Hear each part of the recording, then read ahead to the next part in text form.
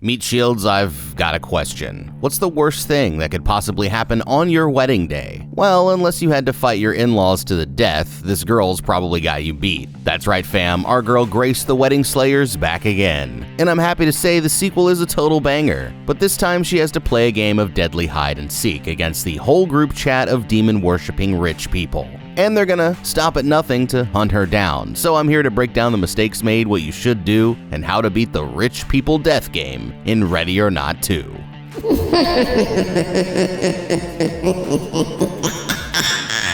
We pick up right where we left off with our girl Grace having just beat her psycho in-laws in a deadly game of hide and seek. After almost dying in the ambulance, she wakes up cuffed to a hospital bed because the cops think she smoked everyone and burned the place down. But while Grace is arguing with the detective, she gets a surprise visit from her little sister Faith. Now, these two haven't seen each other or even spoken in years, but apparently Faith is still Grace's emergency contact. It only takes a few seconds before they start fighting again, but just when Faith's about to walk away, Grace starts telling her the whole story of what happened, and they both realize that she's pretty much screwed. But it's actually worse than they think, because meanwhile, we see this insanely rich dude, Mr. Danforth, send a text to his group chat saying that Grace is still alive. And after calling his twin kids Ursula and Titus, he just sits back and let them smoke him with a pillow, making one down with 11 more to go. Back at the hospital, Grace is on her way to the police station when, out of nowhere, the detective takes a throwing knife straight to the neck. It's this dude, Bill Wilkinson, one of the other rich guys from the Danforth's secret cult, and he's trying to take Grace out before anyone else gets the chance. Well, damn, I know about half of all marriages don't work out in the long run, but this is genuinely something else. You'd think after fending off her entire family of demon-worshipping in-laws, our girl Grace would finally catch a break. But now that she's got a whole Illuminati-ass group chat of psycho rich people trying to hunt her down, this is borderline unfair. But if there's one thing we know about Grace, it's that she's not afraid to handle BI. And even though things aren't looking too good right now, I still have a plan. So getting jumped by someone with a knife is definitely terrifying, but it forces them to get close, which means all the girls have to do is keep their distance and they'll be alright. Or at least it should, but once he starts throwing them, that's a whole different story. This guy just hit a neck shot, first try from about 7 yards, which means he's actually pretty nasty with it. And at that range, the knife can reach you in less than half a second, meaning it's faster than human reaction time, and that means keeping their distance isn't going to be enough. But unlike a blicky, a throwing knife can't hit you if there's anything in the way. So instead of just running in the open, they need to stay low and start moving from cover to cover using desks, hospital beds, benches, and stuff like that to make sure he can't get a clear shot. Now, as they're running away, one of the first things they should do is pull the fire alarm, because that's going to help them in a few different ways. First, it's going to draw outside attention, making the whole situation more chaotic and bringing in more meat shields. But also, when the fire alarm goes off in a hospital, the magnetic doors automatically unlock so people can evacuate, making it much easier for Grace and her sister to find their way out of the building. You see, their main goal should be to avoid a fight and get out of there, but if they can manage to lose the guy for long enough, it would be smart to circle back to the detective's body for the blicky, the knife, and the key to Grace's handcuffs. That way, they'll both have a weapon, and Grace can actually fight back. As they're sneaking out, I would also look for some extra scrubs they could change into real quick, letting them blend in with the crowd at a quick glance. But on the bright side, at least now they have some proof that Grace was telling the truth, so as long as they can escape from this hospital, she might not even have to go to jail.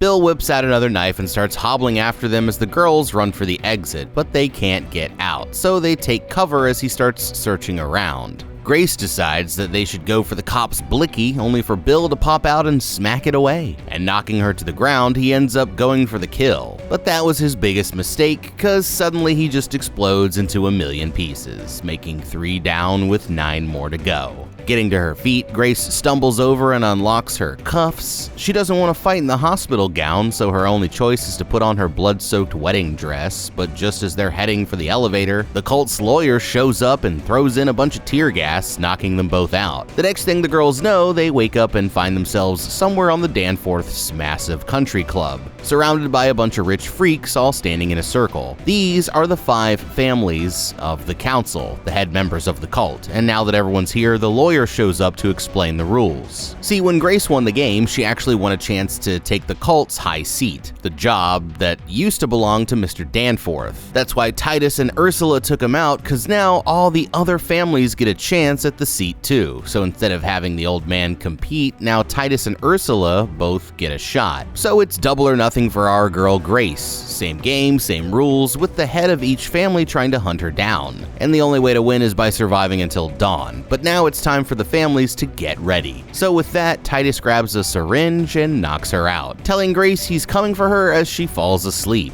As for the hunters, they're only allowed to use weapons that actually existed when each of their families made a deal with the devil, meaning some of them get to use blickies, but others are stuck with swords and stuff like that. They're not allowed to kill each other, even by accident, or else their whole family gets blown up, and if one of the hunters goes down, the next family member in line has to take their place. So they all sign their names with the vampire's evil blood pen, and now it's time for the game to begin. The hunters all head to the starting line as the lawyers start the countdown, but as soon as he reaches 0, they all go rushing for the golf carts, only to realize Titus and Ursula hid all the keys except for theirs, giving those two a big head start. Meanwhile, the girls wake up handcuffed together somewhere in the middle of the golf course, but as usual, they start arguing over what they should do. Now, while they're busy fighting, they see a freaking drone flying overhead, so Grace picks up a flag and starts trying to fend it off. It's Juan, one of the hunters. Only instead of attacking, she says there's a loophole where they can both win. But before she can explain, the Danforths show up and blast the drone out of the sky, and the girls dip into the forest with the twins hot on their trail. All right. Now, this is just messed up. I mean, at least with Squid Game, you only have to win once, and then you get to go home with like $1 bajillion. But you're telling me the prize money for winning is having to play the game again, and now it's even harder? I'm sorry, but what kind of bullshit is that? I know the rules were literally made by the devil, but man, that's evil even for him. But it looks like Grace has to clutch up for the back-to-back dub, so here's what she needs to do. Faith definitely has every right to be pissed right now, but like it or not, they're on the same team until dawn. So the first thing they gotta do is stop arguing, but if they actually want to survive, they need to be on the same page so that they can make quick decisions. At this point, there's no right or wrong answers because there's so many variables at play that any plan they make won't last very long. That means they need to be adaptable and able to react to things quickly. So instead of arguing over what they should do, they need to agree on a plan, stick to it, and work as a team to make it out alive. Now, I'm gonna agree with Grace here and say running for the woods was definitely the right move. They were way too exposed on the golf course, but now that they have some tree cover, that should give them a chance to get out of sight and start turning the tables. The first thing they gotta remember is the game is called hide and seek, not run and chase, and that's actually very important to the plan. You see, humans pick up on movement way faster than shape or color, and if the girls are just running away, it's only a matter of time before they run out of steam and get caught. So as soon as they hit the woods, the first thing they should do is lose the hunters, then double back and stop moving. Then once they're out of sight, I would start rolling around in the mud and sticking leaves and branches all over my clothes. Right now, they stick out like a couple sore thumbs. So what that's gonna do is give them some basic camouflage and help break up their outlines, making it that much harder to spot them for the hunters. After that, all they gotta do is just stay perfectly still and wait for the hunters to pass them by, and honestly, if they just blend in enough, they might be able to stay in one spot until dawn. So why make it any more difficult than it needs to be when they could just camp all night and win by default? Alright, meat shields, or should I say best buds? You know what time it is, Marvel Strikeforce time. That's right, you guys, we're back to remind you that the Marvel Strikeforce 8th anniversary event is happening now, and if you weren't aware, let me tell you about it. Marvel Strikeforce is a free mobile squad RPG that allows you to fight as your favorite heroes and villains. You'll unlock and level up your favorite characters from the Marvel Universe across some dope game modes like campaigns, arena battles, and a blitz mode to unlock sick gear and other resources. But speaking of game modes, there's a brand new Cosmic Crucible mode that allows you to join forces with your friends or other players. You'll compete in raids and Cosmic Crucible wars, and let me tell you, the rewards you get from the Cosmic Crucible are top shelf. Certain characters will boost the effectiveness of others, so it's key to build the best team possible. Now, I'm a big fan of the mighty Avengers, and I've been having so much fun leveling up my teams with all the new rewards and unlockables this month. If you haven't played yet, it's a great time to jump in. I've made some serious progress since I last checked in with you guys. We unlocked Deadpool. And speaking of him, Deadpool is taking over the Marvel Strikeforce 8th Anniversary live event, and players can unlock a few best buds by using the promo code MSF8. With that code, you'll unlock Deadpool, Gwenpool, She-Hulk, and Squirrel Girl for free, plus 1 million in gold and 100 healthy training modules. And if you keep playing, you can even unlock more best buds like Wolverine, Spider-Man, Captain America, and Daken. And if you remember my last video about Marvel Strikeforce, I'm in an alliance with 7 other creators called the Best Buds, and we're all taking full advantage of this huge event. To get in on the Marvel Strikeforce 8th Anniversary action, download the game now by scanning the QR code or clicking the link in the description. I hope you guys can check it out, and thanks again to Marvel Strikeforce for sponsoring today's video. The girls make it all the way to the edge of the property only to hit a giant wall. Grace wants to try climbing over, but that's gonna be pretty rough when they're both cuffed together, so they keep running, looking for another way out. It isn't long before they start arguing again, but they're interrupted when they see Ursula creeping around in the distance. She's getting closer and closer, so Grace grabs a branch and gets ready to fight back, but all of a sudden Titus sneaks up from behind and almost takes them out with his spiked club. The girls dive out of the way just in time, but Titus grabs their arms and yanks them back down, then jumps on top of Grace and starts choking her out. Faith pushes him off, and getting back to their feet, the girls clothesline Titus with their handcuffs, knocking him down and escaping before Ursula can line up a shot. So after leaving the woods, the girls spot the main resort on the other side of the open field. Faith wants to run for it, thinking that they might find a phone, while Grace thinks that they're going to be too exposed. But the whole time, this dude Ignacio's lining them up with a damn sniper. Suddenly, Ignacio pulls the trigger by accident, telling everyone where they are, and the girls start booking it for cover as he opens fire. But the good news is, bro's got doo-doo aim, so he ends up missing every shot. They make it to this little gazebo and take cover, but Ignacio's got them absolutely pinned down. They're gonna be toast if they don't do something quick, but that's when Faith gets an idea. And grabbing a bag full of leaves, she starts burning them with the space heater, creating a smoke screen so they can sneak away. Only for Viraj to come running with his machete, but Grace ducks under his swing, and as Ignacio's blind firing into the smoke, he accidentally hits a propane tank, setting off a massive explosion that sends everyone flying. Now for a second, it looks like Viraj is toast, and Ignacio starts to panic, thinking he just doomed his entire bloodline, but the guy gets up a minute later, meaning that they're safe for now. And as for the girls, Grace took a bunch of sharp metal pieces to the arm, but they keep dipping through the trees until they finally reach the main resort. Alright, let's hold up a second. That was a freaking close call, I'm not gonna lie. These two are lucky that dude Ignacio has trash aim. Otherwise, they both would have been cooked. But if they were being smart, they would have never been out in the open in the first place. I feel like this should be pretty obvious, but since the whole point of the game is hiding until dawn, the middle of an open field is quite literally the worst place that you could possibly be. Like I said before, in the middle of the golf course, these two stick out like clowns at a funeral, so if they want to survive, there's some basic movement strategies that they need to be using here. First off, they'll want to stick to cover at all costs. So instead of crossing in the open, they need to stay in the shadows and use the woods, building, or changes in terrain to cover their movements. When they're running, they should be moving from cover to cover in short bursts, making constant stops so that they can listen and observe their surroundings. And when they do need to cross the open, they should stop for a minute to scan the area for any threats before they decide to send it. Ignacio was using a bolt-action sniper rifle, meaning he takes longer between shots, but all it takes is one hit and you're done, son. And unlike throwing knives, this thing can actually punch through cover, so basically the only reason they're still alive is because his aim sucks and they have plot armor. But what they should have done was just stay low, move in a zigzag pattern to throw off his aim, and go straight for the woods that were right next to them, since the trees and brush are actually better cover than a bunch of flimsy-ass patio furniture. Anyway, now that they've reached the resort, short, this opens up a few more options. They're both focused on finding a phone, but honestly, that's gonna be pointless. Cause think about it, right?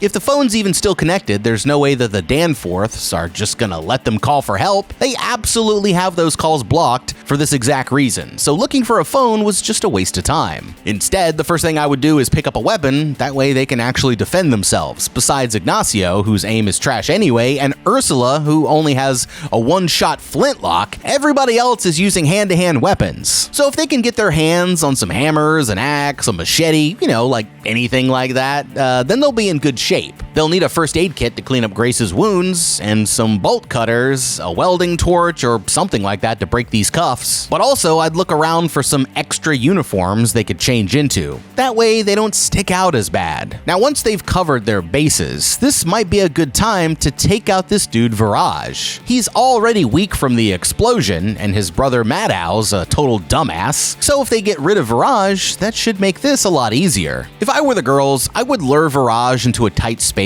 that makes it harder to swing his machete, and then just work together to take him out 2v1. After that, they could even grab his machete as an extra weapon, and that leaves them with one less problem to deal with. Heading inside, the girls find themselves in the middle of a fancy casino. Grace wants to look for a phone, but she's leaving a trail of blood, so Faith makes her sit down and starts pulling the shards out of her arm. Now, once she's done, they use some alcohol to disinfect the cuts, and the entire time they're both still bickering back and forth about how much they hate each other. But no sooner do they finish than Viraj comes in and starts looking around, so they sneak out through a side door before he can spot them. They end up in a giant laundry room where they find a bench grinder that they can use to break their cuffs. Obviously, Viraj hears them making noise, but by the time he gets there, the girls are already gone. So thinking he's got them on the run, he turns around and starts trying to aura farm, but then out of nowhere, the girls charge in with a laundry cart and pin him against the wall. He gets free and starts going after Faith, who dodges his swings and blocks him with a dryer door. Then Grace runs up and starts dropping him with an iron board, and the girls start running as he gets back up, using a laundry bag to knock the machete out of his hands. Furious, he shoves Faith out of the way and then knocks Grace off her feet. But just when it looks like she's done for, Faith runs over and whacks him with a jug of laundry detergent, and they shove him into a washing machine as Grace shuts the door and turns it on. There's nothing Bro can do as he starts melting from the boiling hot water, but he might have a phone, so the girls just stand there traumatized, waiting for the screaming to stop. And when they finally open it again, he falls out with all the skin melted off his body, making 4 down with 8 more to go. With Viraj out of the game, that means his little brother Madow has to sub in. But after watching Viraj get the swirly from hell, this dude starts chickening out, so he decides to make his wife, Martina, head of the household. That way she has to play instead of him. Now that they have a phone, Grace tries calling the cops, but the Danforths already made it so that they would intercept any outgoing calls. So instead of the police, it's just Ursula and Titus on the other side, and they tell Grace and Faith to meet them at the main gate.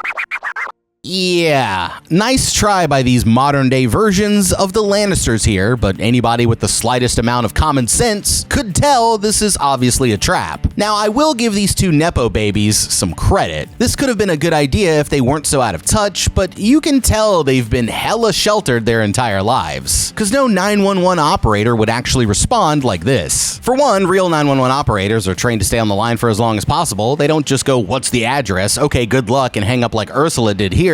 They stay on the phone with the victim so that they can get live updates on the situation and also give the officers accurate directions once they arrive. On top of that, once Grace said that her life was in danger, they would have started asking questions like, "What room are you in?" and "What do you see?" If the attackers were still nearby, a real dispatcher would have told Grace to find somewhere safe and hide in place, only telling her to run if she knew it was safe. But what they would never do is tell her to run all the way across the entire compound and then just hang up and let Grace figure it out for herself. So basically, this call was a whole red flag factory, and the Danforths don't even know it. But here's the thing, Grace is smart enough that she already knows it's a trap, and right now nobody knows where they are. So as long as the Danforths think that they're heading for the gate, this buys them some time. Instead, the first thing they should do is circle back to the laundry room, grab a change of clothes, Viraj's machete, and any other useful supplies that they can find, and then it's time to start working on an exit strategy that doesn't involve getting capped by the Danforths. And Ursula might not realize this, but she actually just let something very important slip. On the phone, she told Grace to head for the main gate, but calling it the main gate automatically implies that there's other exits somewhere on the property. So if it was me, I would check the map or head for a security room where I might find some patrol or delivery logs. There's pretty much a 100% chance this place has back entrances for deliveries, trash pickup,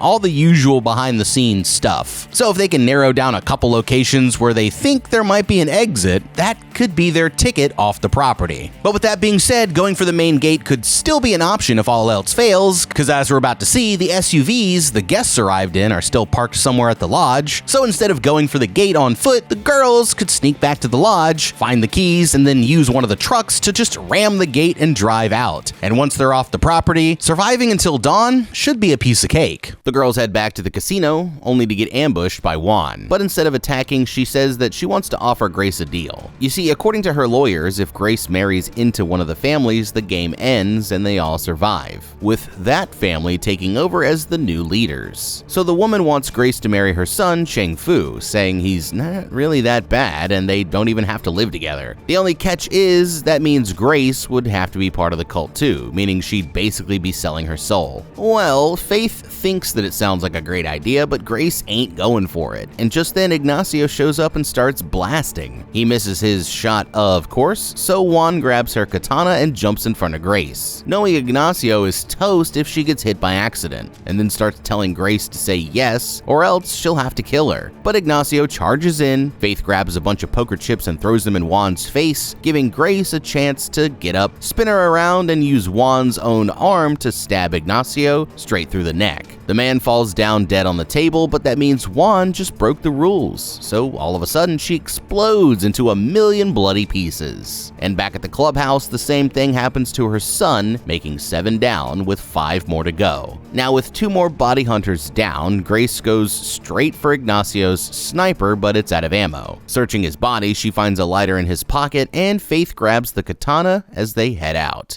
Well, that might be it for Juan's entire bloodline, but for Grace and her sister, this is actually great news. With Juan's entire family out of the picture and this goober Mad Owl refusing to play, that really only leaves 3 hunters for them to deal with. And even though the Danforths are still a legit threat, Ignacio's daughter Francesca is just a random who wants revenge on Grace for stealing her man, meaning she's not really that big of a problem, so I gotta give her credit. Getting one hunter to take out another hunter was incredibly clutch. But with that being said, Grace definitely should have taken this deal. Now, I know selling her soul isn't the most ideal option, but I do have a plan here, so hear me out. Even if she verbally agreed to the marriage right now, there's nothing set in stone until Grace signs her name on the dotted bloody line. And that's where my strategy starts coming together. You see, the hunters want to end this game just as bad as her, because if Grace somehow manages to win again, then they're all gonna explode. And right now, she's honestly putting up a hell of a fight, which gives her some leverage. So if I was Grace, I would agree to say yes, but only under one condition. First, they have to let Faith go. The families should have no reason to argue with this, since Faith is basically irrelevant besides being a way to control Grace. And since they pretty much own the entire planet, they low-key don't even have to worry about Faith exposing them, since they could just cover it up and no one would believe her anyway. So as long as they think the game's over and Grace is on their side, she should be able to convince them to let Faith go. And with her off of the board, that makes this a lot easier. Now, like I just said, nothing's official until Grace signs the contract, and since we all know cults love their big fancy ceremonies, it's gonna take a while to get things set up. So as soon as they let their guard down, Grace could just slip away again and go back to working on another escape plan. And the more time that the families waste setting up this wedding, the closer it gets to dawn. So as long as Grace plays along without signing any official contracts, she's just buying herself more and more time. Oh yeah, and the worst case scenario, if she ends up married to this dude anyway, honestly, it could be a lot worse. I mean, like his mom said, this guy was kind of a dumbass, so that would pretty much make Grace the head of the Illuminati, and if she wanted to, she could do a lot of good with that job. Plus, there's always time to work out a new deal, so if I was Grace, I actually might have taken the offer. By now, it's after dark, and the twins are still posted by the gate waiting for the girls to show up. That's when Grace calls, asking where the cops are, and the twins just come out of hiding thinking that she took the bait. But as soon as they're distracted, the girls jump out of the shadows and snatch their weapons before they even know what hit them. It turns out Grace knew it was a trap right from the start, so they decided to pull an Uno reverse on these two and get the jump instead. Now they want to know how to open the gate, but the twins aren't playing along, and when Grace threatens to smoke Titus if they won't talk, Ursula just tells her to go ahead and do it. Titus starts getting in their heads, trying to turn the girls against each other, but that's when they see a car heading their way. And while they're distracted, the twins jump up and start attacking. It's that girl Martina, and she's barreling right towards Grace at full speed. But at the last second, she swerves to the side and drives straight through the gate. Ursula and Grace start fighting over the blicky as Faith headbutts Titus and starts to run for it. Grace screams at her to run and get help, but she's getting her ass whooped by Ursula. And taking Grace to the ground, the woman whips out this giant spike and stabs her straight in the shoulder. Picking up the club, she starts forcing the spike right up to Grace's throat, but suddenly, Faith runs up and shoves Ursula, knocking her out as her head hits the ground, and grabbing Grace, they both run for the golf cart and take off while the twins are still getting up. Alright, now I hate to say it, but the girls totally fumbled it on this one. To be fair, Grace is actually hella smart for figuring out that this was a trap, but the plan that they came up with was low-key trash. You see, the main problem with their strategy was the Danforths have to kill Grace by dawn or they're both gonna explode. So when you actually think about it, threatening them was never gonna work, because if they help Grace escape, then they're dead anyway. For the girls, that means they should have just put these two on a t-shirt when they had the chance. And yeah, sneak attacking someone with a katana might be traumatizing for the average person, but at this point, Grace already has several bodies, and Faith just helped her throw a guy in a washing machine. So we all know that they're not afraid to get their hands dirty. And once they took the Danforths out, they actually could have used them to open the gate. Remember, they literally own this place, so I'm willing to bet they have an app on their phones that opens the gate. So once they're down, I would just use their Face ID to unlock their phones, open that bad boy up, and boom, I'm gone. But even though they missed that opportunity, the girls could still very easily just leave right now. Martina just took out the gate, Ursula wasted the only shot in her flintlock, and now they have a golf cart, which moves a lot faster than the average person can run. So if I was them, I would just whip a quick U-turn, fly towards the gate at full speed, fend off the Danforths if they tried to stop us, and just like that, I would be home free. Back at the clubhouse, Madhouse says that he wants to join the game now that his wife just dipped, but since Martina's the head of the household now, the lawyer says that he is not allowed. And while he's storming out of the room, Ignacio's daughter Francesca comes in wearing a wedding gown. You see, she was originally supposed to marry Alex before he met Grace and changed his mind. And with her dad out of the picture, Francesca's ready to join the game and get her revenge. The girls make it back to the main building where they stop to rest in this huge ballroom that's already set up for a wedding. Grace takes a seat as Faith starts reaching for the spike, but she refuses to let her touch it, insisting on pulling it out herself. Grace starts flipping out, calling her stupid for not running while she had the chance. And it turns into yet another huge argument with Grace saying she wishes Faith never found her. Well, that's when Faith decides that she has had enough, and the girl storms out, leaving Grace all by herself. Realizing that she's messed up, Grace gets up to go after her sister, but she doesn't get too far before Francesca shows up and whips out a damn bazooka. She aims it straight at Grace and fires, only to realize that she's holding it backwards. And Francesca gets so mad that she just charges Grace with her bare hands. Grace grabs a can of pepper spray and sprays it right in Francesca's eyes. But Francesca spins it around and sprays Grace too, so now they're both blind. Meanwhile, Faith has second thoughts and decides to turn around, but then suddenly Titus pops out and clotheslines her. Annoyed, he hits Faith with a nasty headbutt, but she gets up and slugs him across the face. So Titus shoves her back and pins her against the wall. Now back in the ballroom, Grace sends Francesca flying into the DJ booth, causing total eclipse of the heart to start blasting as they're both just flailing around. Grace grabs the cake topper and takes out a life-size cutout of the bride and groom, while Francesca runs over and body slams the wedding cake. But while those two are struggling to even land a hit, Titus throws Faith to the ground, so Faith kicks him in the nuts and then gets up and tries to run. Finally, Grace finds some water, clearing her vision just as Francesca tackles her onto a table. And while Faith's over here running for her life, Titus comes sprinting up behind her and starts whooping her ass all over the hallway.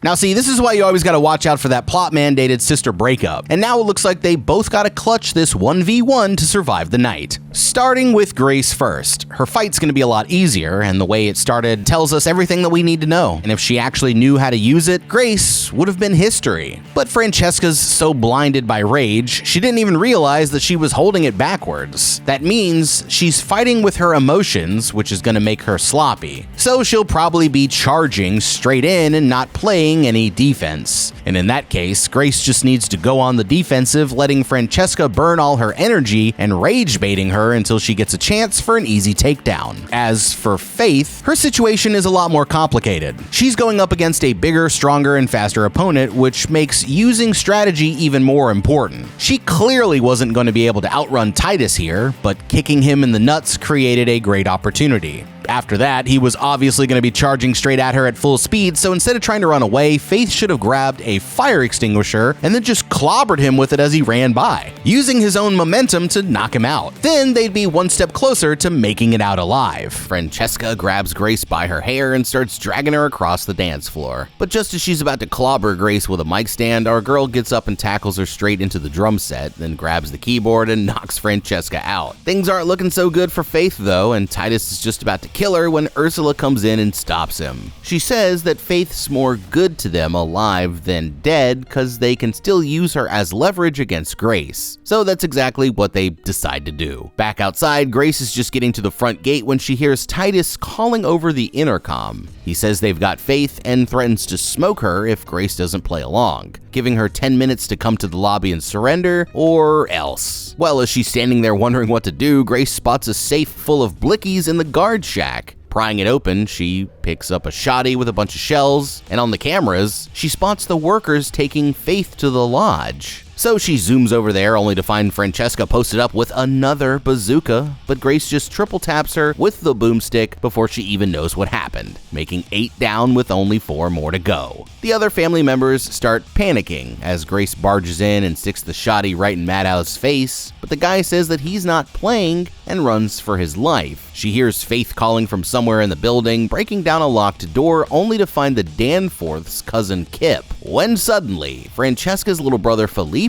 shows up and opens fire, forcing Grace to take cover in the kitchen. Now, she's already out of ammo, and with the hunters about to close in, she runs over and locks herself inside the walk-in freezer. She's catching her breath when Titus shows up and pushes Faith against the window, telling Grace to open the door or she's toast. So at the last moment, Grace finally agrees to surrender, but on one condition: Titus has to marry her. She tells them about the loophole Juan explained earlier, and the lawyer nods, confirming that it's true. So knowing he'll be in charge now, Titus actually agrees. Now that the game's over, Titus brings Grace to one of the fancy bedrooms and leaves her to get ready. But a little while later, Ursula decides to pay her a visit. She's worried now that Titus is about to get the top seat, because even though he's her brother, she knows the dude's an absolute psychopath. And she's afraid of what might happen if they give him too much power, but just then, they look over to see Titus standing right behind them, meaning he just heard the whole thing. And confronting Ursula, he puts her in a headlock and breaks her neck right in front of everybody, making 9 down with 3 more to go.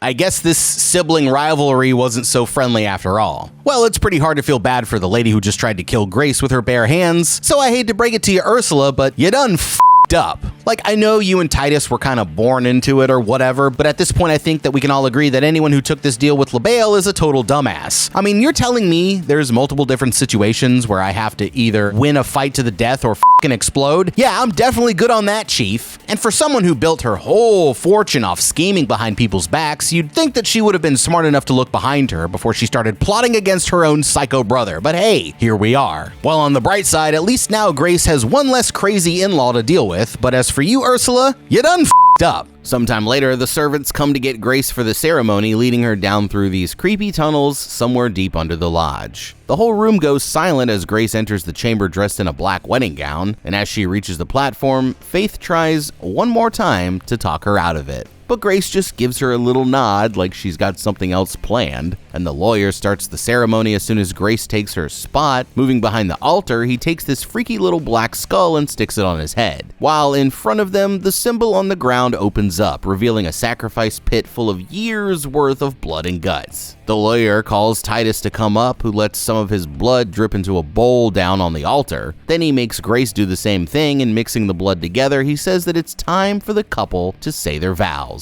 Titus immediately says, "I do," and signs the book. And when it's Grace's turn, she reluctantly agrees and signs her name. With that, they each put on their rings, and Titus pulls Grace in for a very unwanted kiss. But now it's time to get to what Titus really cares about. And breaking out his father's ring, the lawyer names Titus the cult's new leader. The crowd starts celebrating as Titus holds up the ring, but all of a sudden Grace grabs the pen and plunges it into Titus's neck, stabbing him over and over again before grabbing the ring, hitting him with his own one-liner, and letting Faith kick his ass into the pit, making 10 down with 2 more to go. Well, now that Titus is dead, that makes Grace the cult's new boss. And the first thing she does is quit, declaring herself no longer their leader. Confused, everyone looks at the lawyer for an explanation, but he says it's fair game. And with Grace giving up her spot, the new leader is simply whoever's wearing the ring by dawn, which is coming in about 3 minutes. So taking it off, Grace takes the ring and chucks it straight into the pit. At first, everyone just stands there in complete shock, but after a few seconds, a bunch of them start diving into the pit. And then they all start jumping in, one after another, until the entire cult is down there ripping each other apart. The girls just look back at the lawyer, who says that they're free to go, so they take the sacrificial goat and start heading for the door. Meanwhile, Cousin Kip gets his hand on the ring, only to get smoked by his own servant, who takes it instead. But then she gets jumped by freaking Felipe, causing the ring to get lost in all the blood and guts.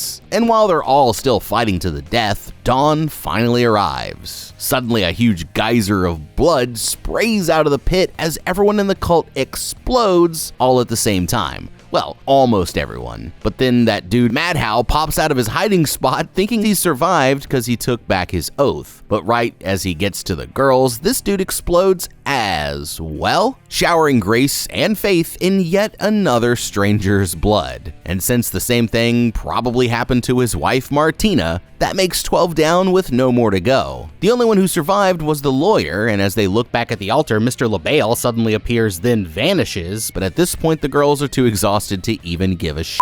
And taking their new pet goat, they head outside and step into the daylight. Faith picks up the katana as they reach the gate, deciding to hold on to it as a little keepsake, and now that they literally defeated a cult together, it seems like the girls are finally starting to get along. So Grace takes her wedding ring and chucks it on the ground, and they both walk off the property, planning to always stick together from now on. Well, in the end, that makes 11 council members, 1 random detective, and a whole cult of demon-worshipping freaks down, with Grace and Faith finally coming out on top. But if there's one lesson we can all learn from what just happened here, it's if you're ever trying to marry into some money, just make sure they didn't make a deal with the devil first. Thanks again to Marvel Strikeforce for sponsoring today's video. Remember to go check out the Marvel Strikeforce 8th anniversary event. Use promo code MSF8 to unlock Deadpool, Gwenpool, She-Hulk, and Squirrel Girl for free, plus 1 million in gold and 300 L3 training modules. You can download the game via the link below.